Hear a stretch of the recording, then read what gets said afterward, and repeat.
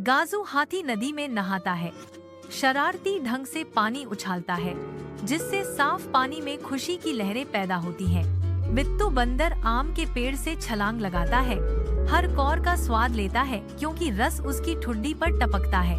एक हिरण जंगल से दौड़ता है, उसकी सुंदर छलांगें चहचहाते पक्षियों के बीच स्वतंत्रता का नृत्य है। एक अजीब भीष जंगल की गूंज को काटता है, जिससे गाजू, मिट्ठू और एक हिरण गति के बीच जम जाते हैं। आश्चर्य से खुली आंखों से वे चौंकर एक दूसरे को देखते हैं, अदृश्य खतरे को महसूस करते हुए। गाजू अपनी सूंड उठाता है, मिट्ठू उतरता है और हिरण अज्ञात खतरे के प्रति सचेत हो जाते हैं। गाजू, मिट्ठू और हिरण घने जंगल में जाते हैं, अजीब आवाज के स्रोत को खोजने की जिज्ञासा से प्रेरित होकर। वे विभिन्न जानवरों से मिलते हैं, लेकिन कोई भी रहस्यमय शोर की पहचान नहीं कर पाता, जिससे रहस्य गहरा जाता है। आगे एक अंधेरी गुफा से एक रहस्यमय रोशनी चमकती है, जो उन्हें अज्ञात की ओर आकर्षित कर रही है।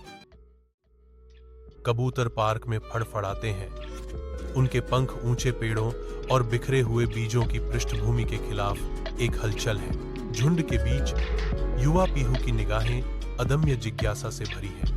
मैं शहर के बाहर की दुनिया देखना चाहता हूँ, पीहू कहता है। उसकी आवाज युवा सपनों के साथ गूंज रही है। पीहू और उसके दोस्त शहर की इमारतों के ऊपर उड़ते हैं, उनकी आंखें नीचे की हलचल भरी दुनिया को देखकर आश्चर्य से भरी हुई है। अचानक एक शिकारी बाज प्रकट होता है, जो झुंड पर डर की छाया डालता है। दृढ़ निश्चय के साथ पीहू तुरंत आने वाले खतरे से अपने दोस्तों की रक्षा के लिए एक योजना बनाती है। पीहू और उसके दोस्त गांव में पहुंचते हैं। शांत दृश्य से हैरान एक किसान कहता है, गांव में एक बिल्ली है जो कबूतरों को मार रही है। पीहू आत्मविश्वास से घोषणा करती है, मैं गांव के कबूतरों को बचाऊंगी। मेरे पास एक योजना है। सूर्य की रोशनी में नहाती मीरा एक हरे भरे खेत में नृत्य करती है। उसकी हंसी कोमल हवा द्वारा ले जाया जाता है। उसे एक छोटा सफेद खरगोश मिला जो एक झाड़ी के पास कांप रहा था। उसकी आंखें शुद्ध डर को दर्शाती थीं। धीरे से मीरा खरगोश को उठाती है। तुम बहुत प्यारे हो, मैं तुम्हें घर ले जाऊंगी, वह फुसफुसाती है। मीरा धीरे से खरगोश को अपने आरामदायक घर में लाती है, जो उसे बाहरी दुनिया से सुरक्षित आश्रय प्रदान करता है। एक रसीला गाजर और एक नरम बिस्तर। खरगोश सावधानी से मीरा की दयालुता पर विश्वास करना शुरू कर देता है।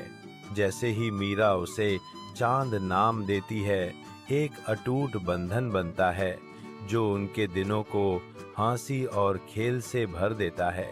सूर्य की रोशनी घने जंगल के चंदवा से छनकर आती है, क्योंकि मीरा और चंद घने जंगल में घूमते हैं, पास में छिपे खतरे से अनजान। एक शिकारी कुत्ता झाड़ियों से निकलता है। उसकी आक्रामक भौंक शांति को भंग कर देती है, क्योंकि वह चंद की ओर झपटता है। मीरा प्रचंड वफादारी से प्रेरित होकर पत्थर फेंकती है, जिससे चंद घने जंगल में गायब हो जाता है, जो नुकसान से सुरक्षित है।